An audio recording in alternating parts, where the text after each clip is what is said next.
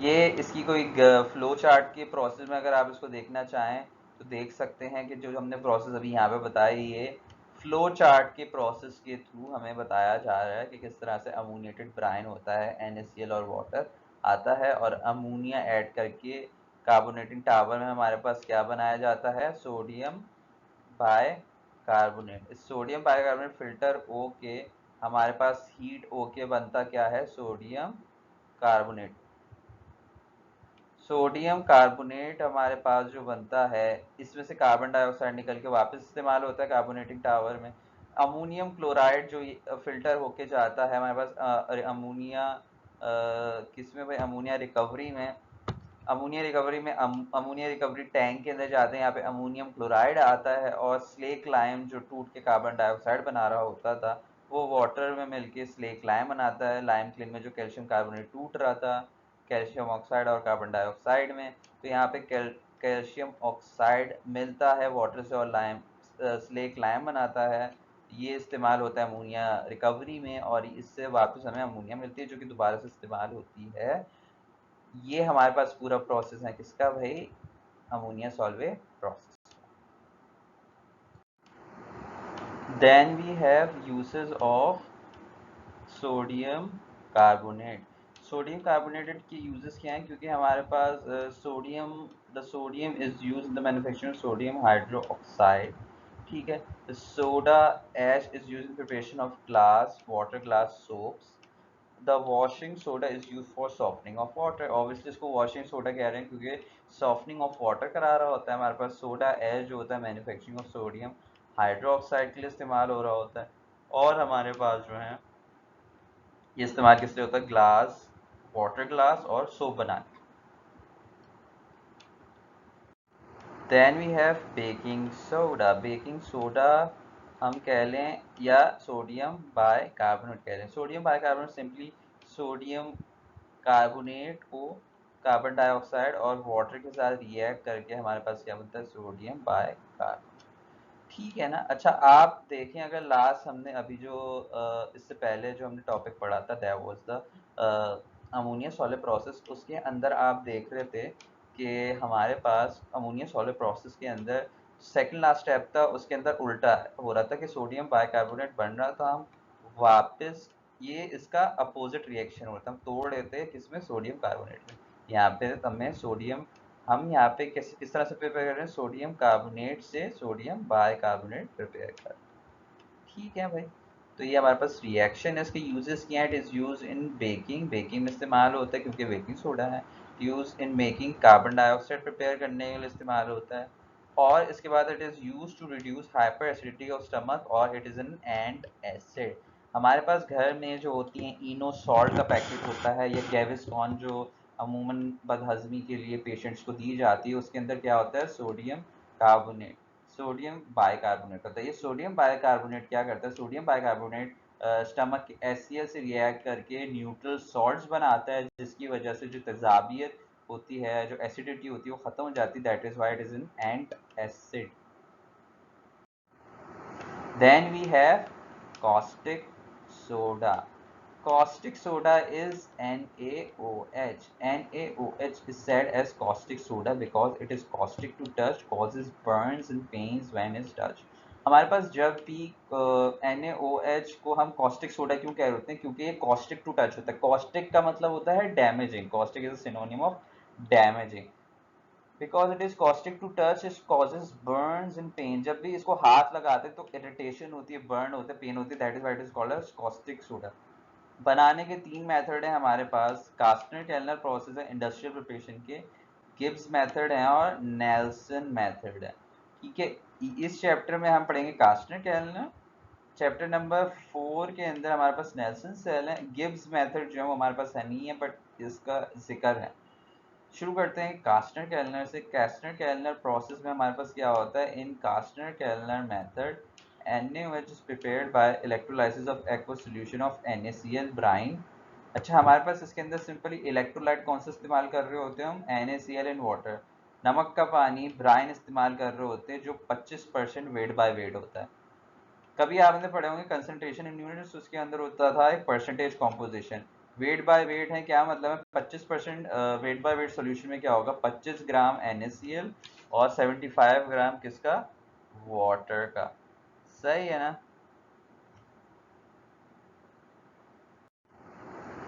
अगर हम कंस्ट्रक्शन देखें इसकी कंस्ट्रक्शन अगर देखें हम कि क्या है भाई, it is a rectangular tank of steel.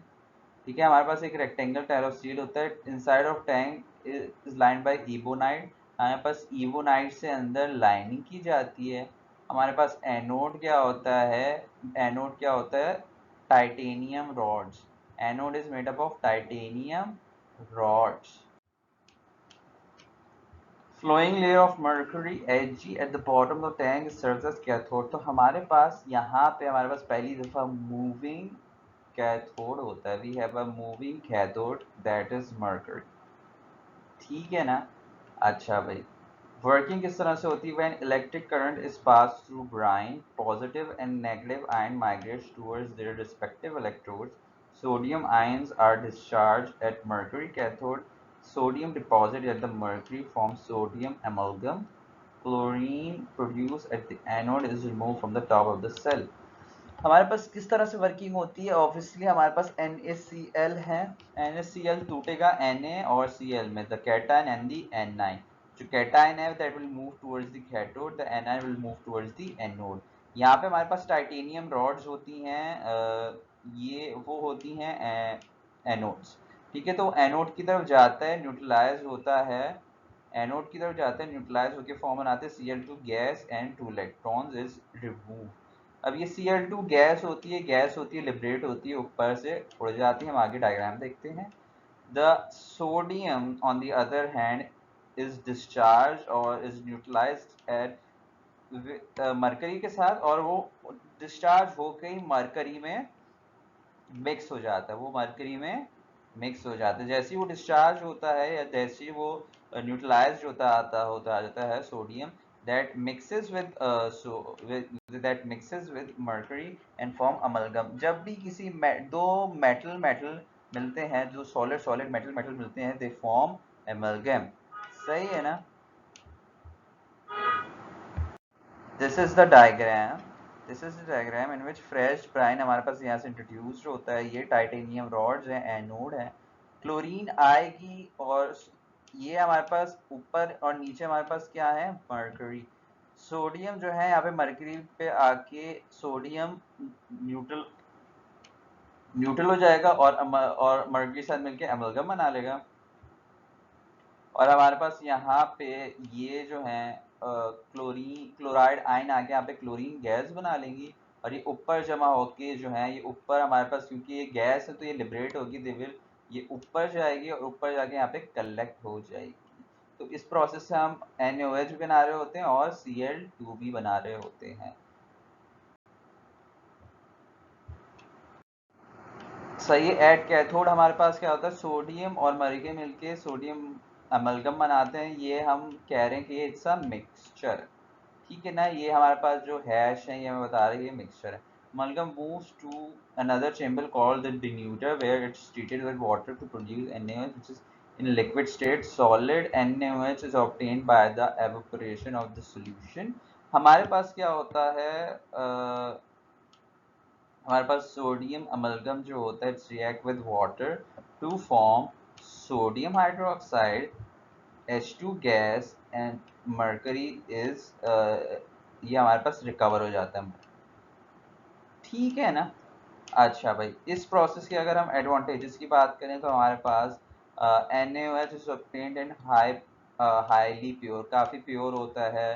Process बहुत एफिशिएंट है। Possible reaction between NaOH and Cl2 is avoided as NaOH obtained in a separate chamber. बस मिक्सिंग जो होती है, क्योंकि ये रिएक्ट कर सकते हैं, thus they can react। हमारे पास जो है मरकरी का लिया जाता है। हम जो थे मरकरी का इस्तेमाल यहाँ पे दो वजह से किया जाता है। फर्स्ट इज दैट कि हमारे पास जो था कि इन लोगों को सेपरेट करना ना, क्योंकि अगर NaOH भी उसी एक सेल में बनता जिसमें क्लोरीन बन रहा होता तो ये आपस में रिएक्ट कर जाते। इस प्रोसेस में दोनों अलग, जब भी हमने मरकरी इस्तेमाल करते हैं वो मरकरी स्लिप करके उसको डिन्यूटर में ले जाता है। एक और वजह मरकरी की ये होती है कि हमारे पास एक्सप्लोजन लेस हमारे पास जो है वो NaOH बनता है। NaOH हमारे पास, अगर मैं सोडियम को वाटर में भी डाल दूं तो NaOH बन जाएगा मेरे पास, बट हमने जैसे बताया वो एक्सप्लोजिव होते हैं, वायलेंटली रिएक्ट करते हैं। अगर आप वीडियोस देखें सोडियम रिएक्टिंग विद वाटर की तो आप देखेंगे बहुत वायलेंटली रिएक्ट करते हैं, लेकिन मरकरी के साथ जो होते हैं वो वायलेंसी जो होती है वो खत्म हो जाती है। डिसएडवांटेज देखते हैं हम, हाई हाई इलेक्ट्रिक कंजम्पशन, बहुत ज़्यादा कंजम्पशन होती है इलेक्ट्रिसिटी की। environmental pollution due to escape of mercury which absorbs in tissue of marine life and cause contamination of food chain. The biggest advantage of using this process is mercury। यहाँ पे हमारे पास mercury इस्तेमाल हो रहा होता है। Mercury जो है वो बहुत पॉइजनस होता है टू लिविंग ऑर्गेनिज्म, क्योंकि हमारे पास वॉशिंग होगी, जो वॉशिंग होगी ये जब पूरा एक दिन प्रोसेस कंप्लीट हो जाएगा, एक दिन में हमारे पास कॉस्टिक सोडा बन जाएगा, फिर वॉशिंग होगी। जब वॉशिंग होती है ना तो वॉशिंग के उसमें थोड़ा सा जो मरकरी होगा वो वॉश आउट करके ये जो वेस्ट होता है इंडस्ट्रियल वेस्ट, ये सारा किसमें जाता है, रिवर के अंदर और हमारे पास दरिया के अंदर। तो जब ये समंदर और दरिया में जाता है तो वहाँ पे मरकरी जो होता है पानी में मिलता है, फिर उसको मछलियाँ या सी फूड्स खा, जो हमारे पास सी क्रिएचर्स होते हैं वो खाते हैं। फिर ये सी क्रिएचर्स के टिश्यू में जाके एब्जॉर्ब हो जाता है मरकरी, उसके बाद इसको इंसान खाते हैं। जब इंसान तक पहुंचता है और अगर मरकरी इंसान के अंदर पहुंच गया, mercury is a heavy metal और it's very very toxic to human being, क्योंकि ये हमारे पास न्यूरोलॉजिकल डिसऑर्डर्स, दिमागी बीमारियां कॉज कर रहा होता है, जिसके अंदर मरकरी जो होता है it denatures the structure of brain, हमारे पास ब्रेन को जाके ये अटैक करना शुरू हो जाता है, जिसकी वजह से हमें न्यूरोलॉजिकल प्रॉब्लम्स होती हैं। तो ये हमारे पूरे फूड चेन को कंटेमिनेट करता है। That is the one of the biggest disadvantages, जिसकी वजह से आजकल अब ये प्रोसेस इस्तेमाल नहीं होते, जिसकी वजह से गिब्स डायाफ्राम जो हमने शुरू में पढ़ा था, गिब्स चेम्बर डायाफ्राम चेम्बर वाला जो process and that is used instead of this process। एक और दफा इस प्रोसेस की डायग्राम को देख लेते हैं। सोडियम आया यहाँ पे न्यूट्रलाइज हुआ, मर्करी के साथ मिक्स होकर एमलगम हुआ, यहाँ पे हमारे पास आएगा, यहाँ पे ग्रेफाइट बॉक्स के अंदर हमारे पास वाटर है, जिसकी वजह से एक्सप्लोजन लेस NaOH प्रोड्यूस हो, इसलिए होता है। NaOH बनता है वो अलग हो जाता है, H2 गैस बनती है वो ऊपर चले जाती है क्योंकि लिबरेटिंग होती है, गैस होती है। तो जो मरकरी होता है वो वापस पंप होके वापस हमारे पास प्राइमरी सेल या इस बड़े सेल में आ जाए ताकि ये प्रोसेस दोबारा से रिपीट हो।